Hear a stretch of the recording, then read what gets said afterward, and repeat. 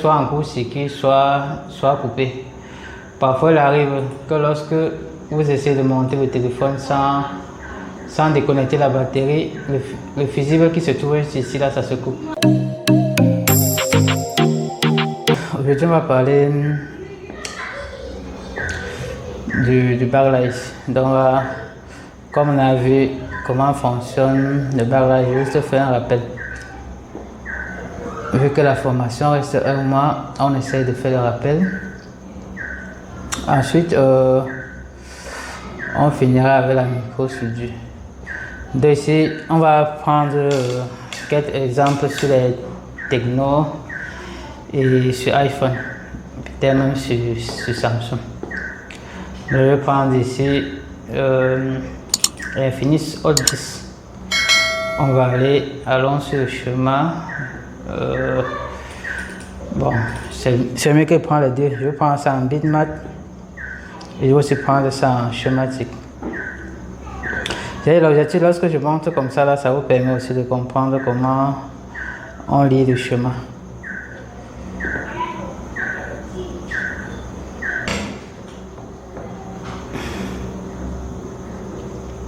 Ok, là c'est bon. Prenons aussi, on peut encore prendre aussi AOS Solution dans LCD Light. Ici on peut voir en quelque sorte comment est câblé le circuit backlight. Ok, allons sur schématique.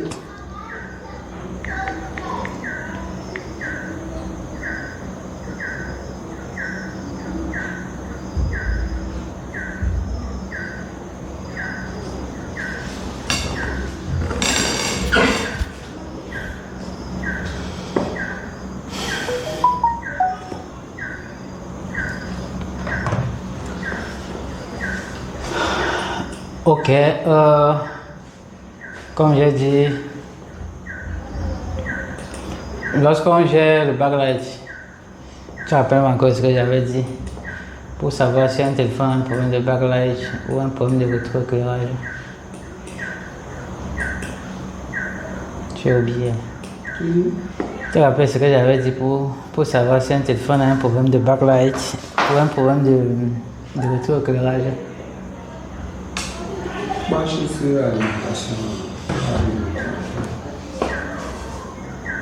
Non, en fait, première condition, c'est que pour savoir si un téléphone prend le backlight, tu essaies de démarrer, tu vois, normalement tu dois voir l'image au fond. Ouais, on aura juste une absence de lumière. Donc c'est comme ça qu'on dit qu'un téléphone a un problème de backlight. Il y a certains backlights qui n'affichent pas en fond. Bon, c'est juste que ça affiche. Le problème, c'est que c'est difficile de voir. Il y a certains écrans qui sont tellement noirs que lorsque ça affiche, on n'arrive pas à voir. Certains téléphones font ça. Mais la majorité des téléphones, tu peux arriver à voir la pomme. Oui, soit la pomme, soit le logo. C'est les enfants. Ok, déjà on commence toujours par le connecteur d'afficheur. On va aller sur le connecteur d'afficheur et on va essayer de le vérifier. Allons sur le connecteur. Mais si vous connaissez le circuit, vous pouvez directement aller sur le circuit backlight. Pour tous ceux qui ne connaissent pas, c'est toujours bien d'aller, vous commencez par le connecteur d'afficheur. Ensuite vous cherchez la ligne qui gère l'affichage. On va commencer par le connecteur.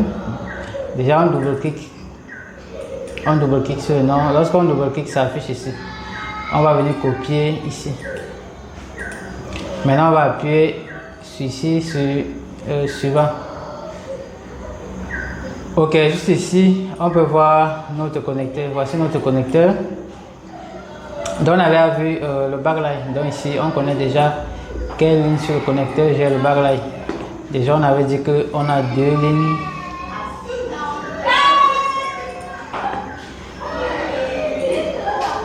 Déjà ici on avait dit qu'on a deux lignes ici sur les Tecno Infinix qui gèrent le backlight. On a la première ligne ici, c'est la ligne, on a la ligne ici, LED, K, LCM, et l'autre ligne se trouve juste ici.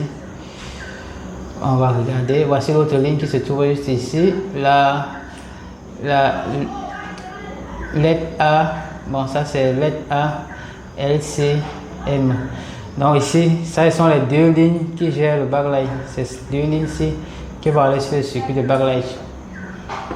Donc pour trouver où se trouve, pour connaître où se trouve le backlight, on va cliquer sur l'un des deux là, ça va nous montrer où se trouve le circuit backlight. Ok, on va cliquer ici sur lettre A, L, C, M, C. Lorsqu'on clique ici, on peut voir juste ici en haut LCM Backlight LED Drive. Donc ça c'est le circuit complet de backlight ou le rétroéclairage. On peut voir, voici notre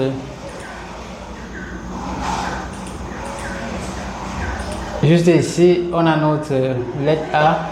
Ici LED A, j'ai dit que LED A représente c'est comme si ça servait de masse. Ici on a sortie positive. Donc on peut voir, on a vu le backlight était constitué. On a une puce qui gère le backlight qui est alimentée par une tension qui vient du V-système ou V-BAT. Donc ça peut être soit ici, on a dit que la tension ici ça peut être VHP ou V-système ou V-BAT, donc ça va dépendre. Ensuite, on avait aussi vu qu'on avait aussi une bobine et une diode, une bobine qui devait booster la tension et la diode qui devait empêcher le retour. On a aussi quelques condensateurs qui devaient gérer le filtrage et on a aussi une bobine qui sert de protection. On a aussi vu que c'est la ligne C, la ligne contrôle, ce qui permet d'ajuster l'éclairage. C'est grâce à la ligne C qu'on peut avoir baissé la luminosité ou augmenter la luminosité. On a vu que les deux lignes C, ce sont les lignes qui étaient directement reliées au CPU, qui permet de contrôler. La ligne C, c'est aussi une ligne importante qui gère ça gère la compensation. Bon, c'est certains téléphones, la ligne n'est pas tellement important, donc la ligne ne joue pas beaucoup sur l'éclairage.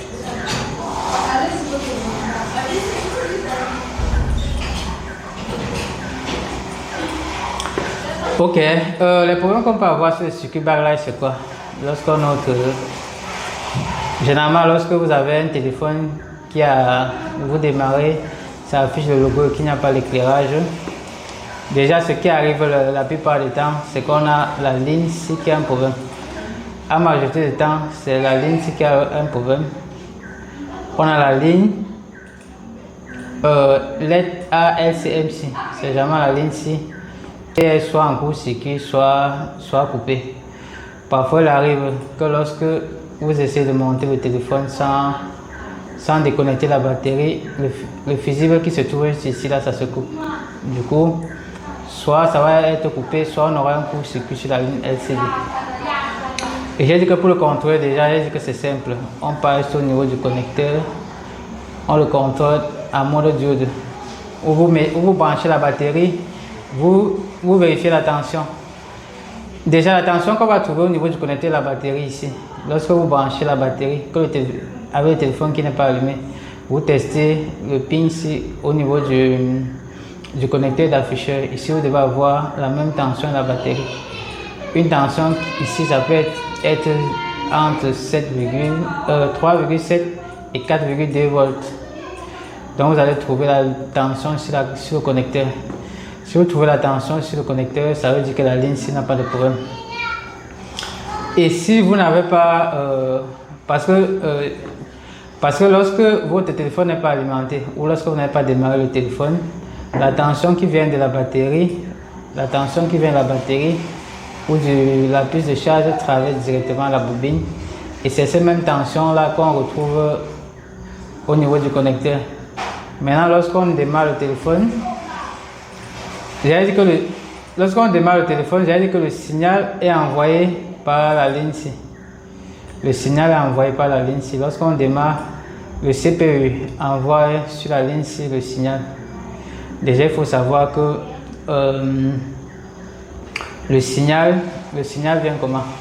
Généralement, pour bien tester le signal, et que pour bien tester généralement le signal, on le teste généralement avec le surcop. Le signal, c'est un peu sur la forme ici. Donc, à chaque fois, on a une variation. C'est comme si ça chutait 0, ça met 1,8. Bon, ça peut me mettre. On a une tension. À chaque fois, ça monte, ça descend plusieurs fois. Et déjà, il y a que lorsque vous avez une tension au niveau du connecteur et que le backlight ne donne pas, ce qu'il faut venir tester, c'est tester est-ce que la ligne d'activation ici fonctionne. Je dis que ça, c'est une ligne qui est directement reliée au CPU. Ici, pour le tester, c'est simple. Soit vous pouvez retirer la puce, ou vous testez directement, vous allumez le téléphone, vous testez ici avec le multimètre en mode diode. Vous testez ici avec le multimètre en mode tension. Donc si le CPU n'a pas de problème, normalement ici on doit avoir une tension de 1,8 volts.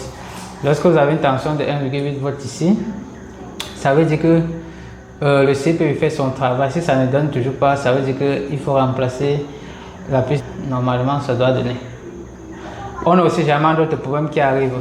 Parfois il arrive que vous démarrez le téléphone démarre bien, après soit après ça s'éteint, soit l'écran se met à clignoter. Le problème là est généralement dû à la bobine qui se trouve ici. Lorsque la bobine devient faible, puisque la bobine travaille beaucoup, il arrive que les filaments qui sont dedans deviennent très faibles ou ça se coupe. Du coup, on peut avoir au démarrage, le téléphone affiche et lorsque ça s'allume, on n'a plus rien. Ou les écrans qui clignotent. Ok, donc ça, ce sont les différents problèmes que vous pouvez rencontrer en ce qui concerne l'éclairage sur les Techno. Ça, c'est Techno, Itel et Infinix. Ils utilisent le même système d'éclairage ici.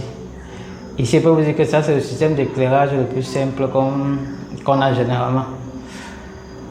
Donc, je vous ai dit, il faut tester au niveau du connecteur. Vous venez sur la carte mère, vous cherchez la pin. Ici, là, c'est la 50. On a même un condensateur. Vous testez ici au niveau du connecteur. Est-ce qu'on a une valeur ici en mode diode? Si on a la valeur que ça ne donne pas, vous testez la tension. Donc, vous testez, vous mettez la batterie, ça allume le téléphone, vous testez ici, là, on a une tension de. Si on a une tension qui arrive de. J'ai dit, c'est la tension de la batterie. Ça peut être 3,7 ou 4,2. Donc ça dépend de si la batterie est chargée ou pas. Vous testez, si vous avez une tension ici, ça veut dire que la ligne ici jusqu'à la bobine n'a pas de problème. Il faut soit aller tester l'activation ou tester la puce backlight. Ok, bon, c'est tout pour la partie ici. On va aller un peu voir aussi comment le circuit backlight de l'iPhone fonctionne. Donc, je peux aussi aller sur le schéma vous montrer parce que allons sur le schéma de. Oh là là là là là. Bon, je voulais faire avec le schéma Hardware Solution, mais ça a disparu. Voici, allons en bitmap. Déjà en bitmap, c'est très facile de vérifier la ligne. Lorsqu'on a un problème problème d'éclairage, j'ai dit que vous venez ici, vous mesurez la valeur ici en mode diode. Ici, au niveau du pin ici, je fais un petit résumé vite fait. Au niveau du pin ici, on doit avoir une valeur en mode diode. Déjà ici, il faut savoir que la valeur en mode diode ici varie généralement ça va être entre 350 à, disons, à 750. Si vous avez une valeur qui est moins ou qui est trop élevée, ça veut dire que la ligne c'est un problème. Par exemple, si vous avez une valeur comme 100, ça veut dire que la ligne ici, il y a un court-circuit sur la ligne ici. Si vous avez par exemple une ligne qui est trop supérieure, comme genre dans les 1200, ça veut dire que la diode a lâché. Il faut savoir que la valeur qui est ici, généralement, ça varie entre 350 et 750. Si on a une valeur plus ou moins, ça signifie que la ligne a un problème. Ok, je vous ai bien montré comment on utilise le multimètre en mode diode.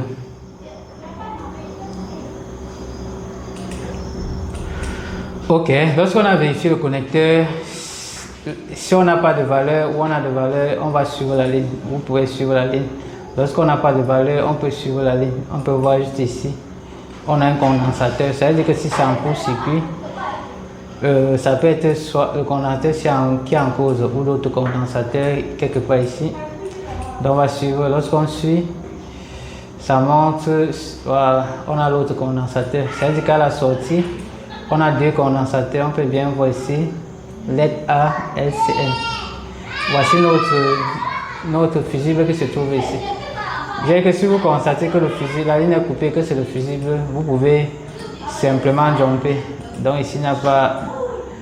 Vous retirez le fusible, vous jumpez ici, ça va résoudre le problème. Il y a beaucoup de cas qui arrivent, surtout lorsque vous déconnectez l'afficheur sans débrancher la batterie.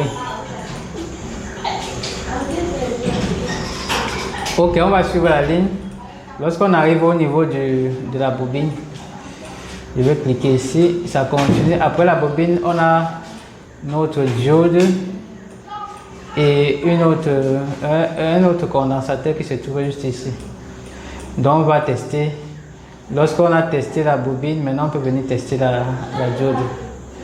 Tester si la diode a un problème ou pas. Après la diode, on va tomber sur la bobine. Et directement aussi sur le circuit backlight. On voit qu'ici la bobine est montée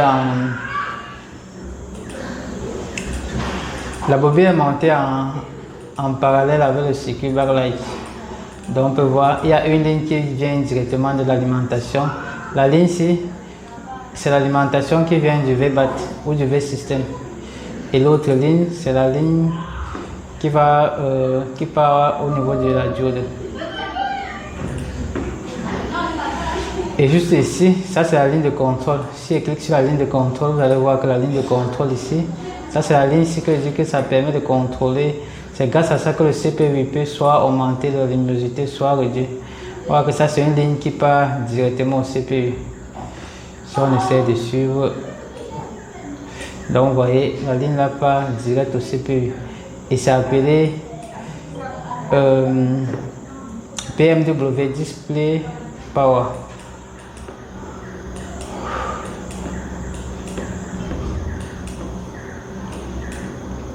Vérifions l'autre ligne. On a la ligne ici. Ça c'est LED K. Ici, il faut savoir que la ligne ici, lorsque vous testez la ligne, c'est en mode diode, ça affiche une valeur proche de la masse, mais c'est pas la masse. Si vous mesurez la valeur, la ligne là, en mode diode, ça va vous donner une valeur genre 0,02 ou 3 en mode diode. Par contre, lorsque vous mesurez, vous êtes mesuré à la masse avec le multimètre donne 0,0. Donc si vous mesurez la ligne là et que ça donne une valeur comme ça, c'est normal. Il ne faut pas dire que la ligne ici a un problème. Si c'est que vous mesurez, si la ligne ici là, si vous mesurez que ça donne 0,0, ça veut dire que c'est relié à la masse. Du coup, on n'aura pas de backlight. Si la ligne ici est à 0,0, on n'aura pas de backlight. Donc il faut s'assurer à monodiode que la ligne ici donne une valeur très faible.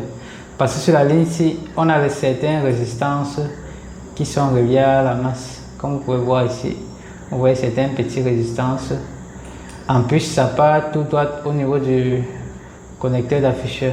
Vous voyez bien. C'est pas une ligne qui est reliée à la masse. Il faut savoir ça. Donc, il arrive parfois que d'autres techniciens relient ça à la masse. Ils trouvent que c'est coupé et relient ça à la masse. Là, on n'aura pas de backlight. Voici notre ligne compacte. J'ai dit que la ligne ici, sur d'autres téléphones, ça sert. Ça, c'est une ligne qui est aussi reliée au CPU, qui permet aussi d'ajouter l'éclairage, mais ça ne fonctionne pas sur tous les téléphones. Donc, ça va compenser l'éclairage. C'est une ligne toujours qui est reliée sur le CPU, comme on peut voir ici.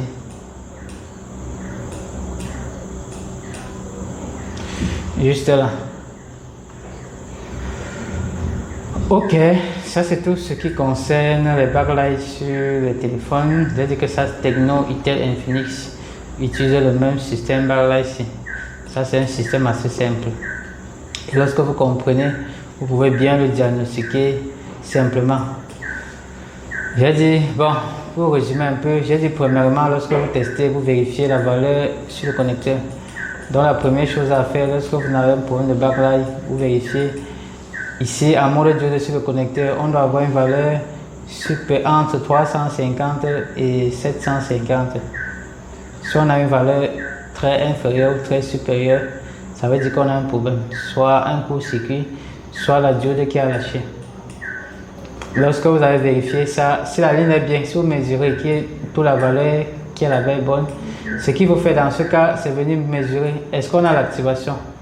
Je dis que l'activation qui vient du CPU, le display power, vous mesurez ça, la tension qui est ici, vous allumez le téléphone, vous mesurez est-ce qu'on a 1,8 volts ici. Si on n'a pas 1,8 volts ici, ça veut dire que le problème vient du CPU, le CPU n'envoie pas le signal. Bon, dans ce cas-ci, on peut jumper, vous pouvez chercher une ligne de 1,8 volts, vous branchez ici, vous aurez votre backlight. Et j'ai dit que le seul inconvénient, vous allez chercher une ligne qui part en veille. Si vous prenez une ligne qui ne part pas en veille, l'écran va toujours, on aura toujours un fond lorsque l'écran va aller en veille. Vous prenez, donc il faut prendre une ligne en veille. Ok, bon, c'est tout pour cette partie. Maintenant, on va regarder le circuit d'éclairage d'un iPhone. Ok les amis, si vous avez aimé la vidéo, likez la vidéo, partagez. C'était une vidéo pour résumer un peu le backlight comme on a vu au cours. Donc les gars, je vous ai dit que je prévois lancer la formation en ligne pour tous ceux qui sont intéressés. Laissez-moi un message juste sur mon numéro qui va s'afficher en bas de la vidéo. Je vais mettre aussi le groupe Telegram dans lequel on communique avec beaucoup de techniciens. Vous pouvez intégrer le groupe pour me proposer certains problèmes que vous avez. On essaie de diagnostiquer ensemble. Ok les amis, likez la vidéo, partagez. Je veux un max de like et de partage. En fait, c'est ça qui me motive à souvent faire les vidéos. Ok les amis, à bientôt.